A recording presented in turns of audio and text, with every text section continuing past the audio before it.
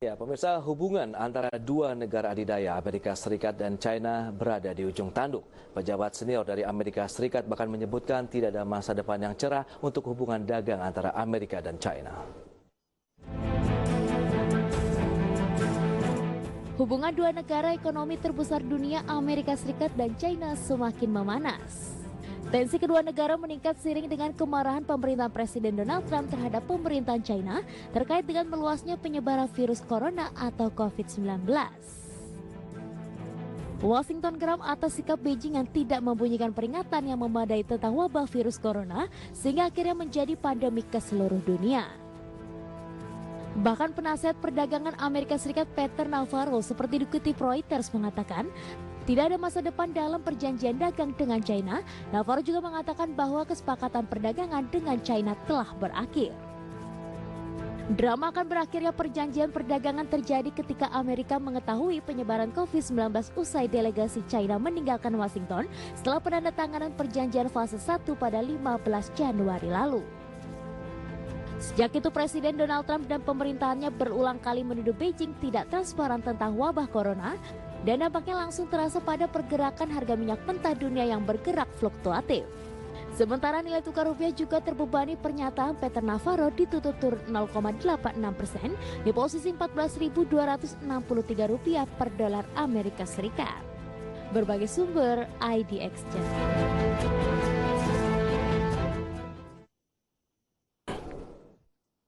Baik pemirsa, untuk membahas tema kita kali ini sudah tersambung melalui line telepon bersama dengan Ibu Telisa Valianti, ekonom dari Universitas Indonesia. Selamat pagi Ibu Telisa.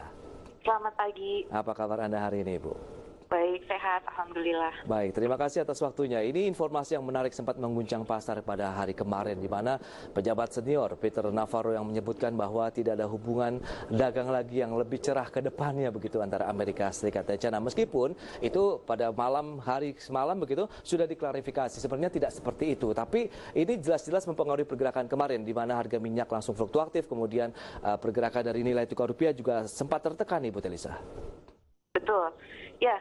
Kalau saya menilai ini kan ada gini ya, kalau kita melihat kan ada isu jangka pendek, ada jangka menengah panjang. Jadi dalam jangka pendek naik turunnya hubungan politik maupun ekonomi antar negara itu terutama negara besar kan, ini kekuatan geopolitik dunia yang dua kutub besar ini kan Amerika Serikat dengan China ya yang berebut kekuasaan geopolitik. Jadi itu seringkali ada gimmick-gimmick juga ya.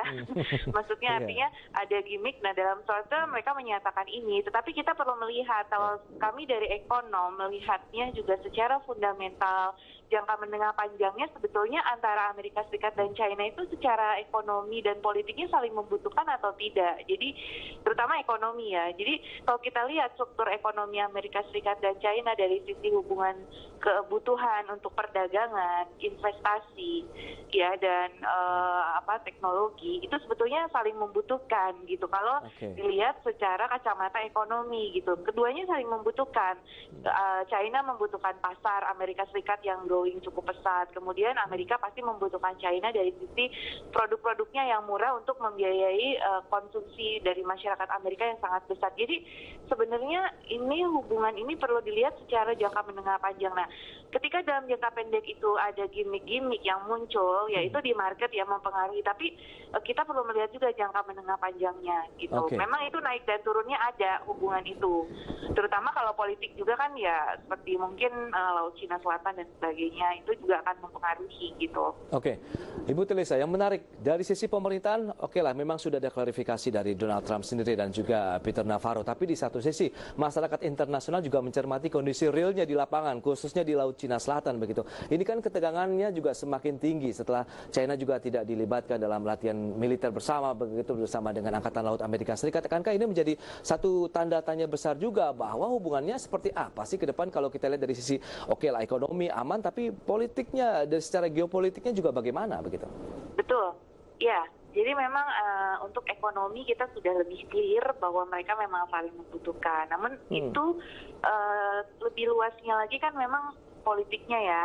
Jadi secara politikal internasional kan masing-masing negara memiliki kepentingan dan visi misi ke depan ya. Jadi artinya ingin mempertahankan hegemoni di dunia untuk Amerika Serikat. Terus sedangkan untuk China sendiri sebagai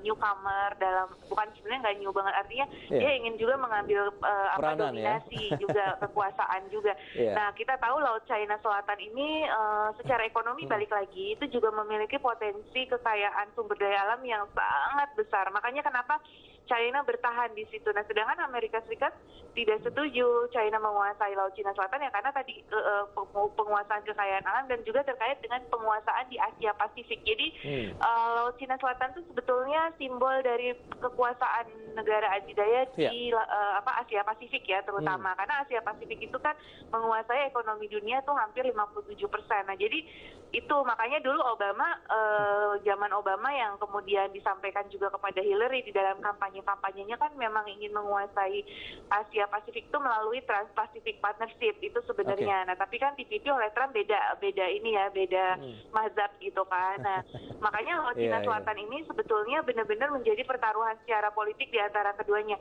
dan itu bisa merambat ke ekonomi. Jadi walaupun ekonomi saling membutuhkan, tapi kalau politiknya misalkan lebih dominan, kemudian mereka menemukan bahwa itu semakin tidak bisa ditemukan solusinya ya. Memang banyak pakar-pakar ahli geopolitik dan perang itu memprediksikan bisa terjadi kemungkinan perang dunia ketiga itu ya mungkin gitu loh, karena bagaimana masing-masing ini bertahan dari sisi secara geopolitiknya yang ingin mereka pertahankan dan ingin mereka tunjukkan ke dunia seperti itu. Baik, ke Indonesia bagaimana ini akan memberikan dampak yang mengingat langkahkah mungkin strategi dari pemerintah sendiri untuk menyikapi apabila gimmick-gimmick yang Anda katakan tadi justru kan ini volatilitasnya sangat kuat sekali untuk market Indonesia. Ada pelemahan dari harga minyak mentah, kemudian juga rupiah pun langsung di 14.200-an kemarin. Betul. Jadi memang Indonesia tuh kalau kita lihat posisi satu geopolitik geografi, kemudian yang kedua posisi ekonomi. Dari sisi geografi kita memang berada di antara maksudnya di tengah-tengah itu ya, dan mendekati Laut Cina Selatan. Jadi kalau misalkan mereka berperang di Laut Cina Selatan itu otomatis akan melewati Indonesia kalau secara geografi. Jadi pasti secara keamanan ini juga dari ketahanan dan keamanan kita, pertahanan keamanan nasional kita harus diantisipasi. Tetap kita harus antisipasi kalau ini meledak perang dunia ketiga di Laut Cina Selatan, itu Indonesia harus apa yang dilakukan diantisipasi, apalagi di tengah pandemi seperti ini ya, maksudnya takutnya kita agak lengah pertahanan keamanan karena fokus kita ke pandemi. Nah ini agak repotnya, jadi beratnya, tapi itu harus kita hadapi, kita harus persiapkan gitu loh. Jadi kita nggak boleh lengah, itu tetap harus kita antisipasi. Kemudian yang kedua dari sisi ekonomi itu sebetulnya ada keuntungan memang ya, ada keuntungan ada kerugian ya. Keuntungannya salah satunya ya Amerika katanya akan memindahkan relokasi pabrik-pabrik dari Cina. Bagaimana kesiapan kita harus antisipasi jangan sampai lari ke Vietnam lagi.